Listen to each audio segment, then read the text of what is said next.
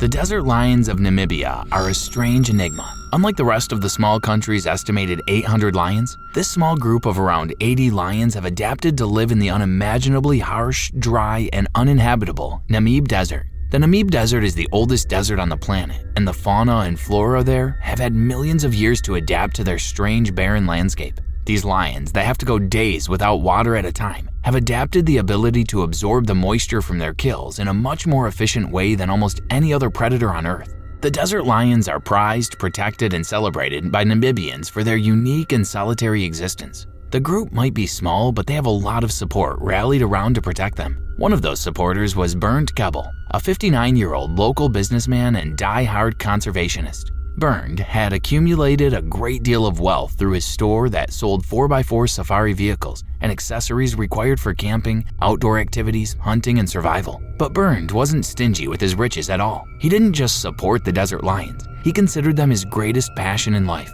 and he'd given enormous amounts of donations to preserve their precarious existence. He was so influential in the movement that one of the biggest males of the pride was named after him at one point. Sadly, Bernd the lion was euthanized after he'd killed numerous livestock in the small subsistence farms along the northwestern coast. Bernd was now at the point in his life where he was taking a step back from running the business full-time. His children, Heidi and Dieter, were now adults, and he'd spent the majority of his life building an empire. Bernd and Connie were planning to start their early retirement by throwing themselves fully into their conservation efforts. Not just their beloved desert lions, they also supported the lone stand wolves, the desert elephants, and the highly endangered rhinos of the Namib all needed their protection. And to get them settled into this new adventure, Connie and Bernd kitted out a 4x4 with the best gear, as much comforts as they could possibly fit into a mobile camping vehicle and even a rooftop tent to keep them high off the ground, where they'd be safer from the predators and reptiles whose habitats they were planning on visiting. They were going to start their retirement by covering the Namibian coast from north to south before heading inland to explore the rest. In late May 2025, they stopped at a campground that was an old favorite of the Kebbels, nestled right inside the Honib River. A point here needs to be made that most of Namibia's rivers are completely dry, without a drop of water in them, and Honib is one of those dry rivers. The Kebbels chose this spot specifically because they knew that this was an area frequented by the desert lions, along with 2 other cars filled with friends who were also involved in the same conservation efforts that the Kebbels were, totaling 6 campers in all. Bernd and his good friend, wildlife photographer Dirk Henrik, had heard reports of the lions looking extremely thin, to the point of near starvation. Namibia had recently experienced an unusually good rainy season, driving most of the game inland for greener pastures, leaving the desert lions along the desert coast without food to hunt. Just a few years before, Dirk had filmed a documentary that previewed at the Cannes Film Festival about one particular female named Charlie. They were searching for the pride specifically by tracking the collar around Charlie's neck to ascertain just how severe the season was for them. After 2 days of driving to the river, they arrived and set up camp. Since it was rather windy, they arranged their vehicles in a half-moon pattern to shield their fire from the whipping mountain winds. Only that fire was a beacon for the very lioness that was the star of Dirk Heinrich's critically acclaimed film, Charlie herself. The desert lions are so closely observed that they've become somewhat familiar with humans, enough to make them recognize that certain smells and sounds indicate that the hairless creatures that photographed them so often were in the vicinity. And Charlie, on the brink of death, saw this as an opportunity to catch herself an easy meal, something she hadn't had in weeks.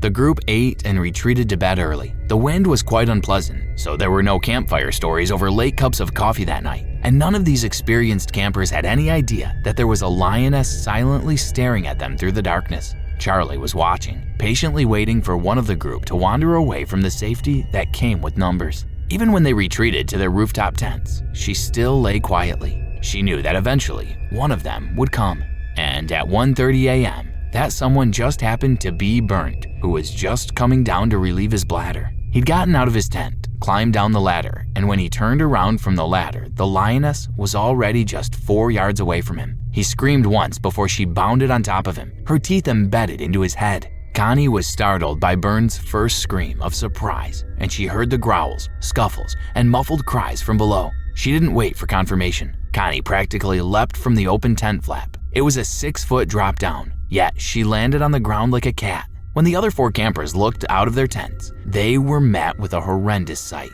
A fully grown lion had Bernd's entire head in her mouth. her claws wrapped around his upper body in the most deadly feline hug of all time. And on the lion's back was a raging woman, screaming bloody murder and fighting tooth and nail to save her husband's life. Connie dug into Charlie's tracker collar, pulling a beast that weighed twice what she did, and hauled the animal off Bernd. Yes, you heard that right. A 130-pound woman bodily dragged an entire lion off her husband, fueled by a primal rage that can only be born out of pure love. The feline got to her feet like a whip, but before she could strike again, a metallic flashlight hit her over the head. The other 4 campers were all on the ground, all of them armed with random items from the camp: a pan, a flashlight, a walking stick, and a pocket knife. Together, 3 of them stormed forward, causing Charlie to backtrack, her muzzle dripping with blood and pieces of scalp. Dirk and Connie dragged Bernd into the backseat. His face was unrecognizable. His throat, cheeks, and scalp were absolutely ravaged to shreds. His shirt was saturated with blood from where the nails had raked through his flesh. Even as they loaded him in, they knew that those labored breaths were his dying gulps of air. They had no time to administer first aid because Charlie kept storming the camp, only to be driven off by the 3 remaining campers every time. When Charlie backtracked far enough into the darkness, they all retreated to the safety of their vehicles. Leaving their gear where it was, the 3 cars raced to the nearest lodge and called for help. But by then, Bernd had long since died. Conservation officers found Charlie still at the camp, chewing desperately on one of the leather boots that the campers left behind. She fled into the desert before the cars even pulled in. When Connie heard that there was a party sent out to euthanize the lioness, she and her children begged to let Charlie live. They'd been in her domain after all, and killing the starving lion wouldn't bring back Bernd, and their request would have been honored had it not been for Charlie's next attempt at an easy meal. She tracked another campfire in the general area and slashed a camper's tent, shredding his shoulder right through the canvas while he slept. Luckily, this unnamed man was carrying a licensed firearm and fired a few rounds into the night. A sound that Charlie understood meant that she needed to retreat. The man was able to get into his car and escape, but that was the last straw for Charlie. She'd now killed one human, attacked another, and had made it her specialty to seek out campsites with people. Her collar made her easy to track, and she was put down as quickly and humanely as possible.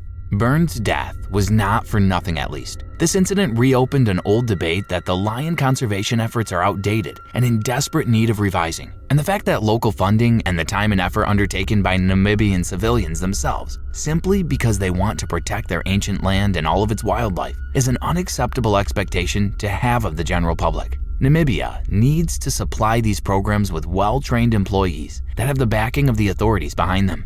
Connie has become somewhat of a local legend. She's the woman who fought a lion and lived, the woman who beat the fiercest feline in Africa by a strength that can only come from love that is as wild and untamed as her opponent was. These encounters from the campers were terrible, yes, but it almost pales in comparison to the losses that the subsistence farmers have suffered due to the lion's indiscriminate hunting amongst their livestock. It's only a matter of time before it's a home or a child that falls prey to a pack of starving lions. We can only hope that Namibia, known for its fierce protection of its wildlife, can prevent another predator from exacting its fierce, unstoppable, final affliction.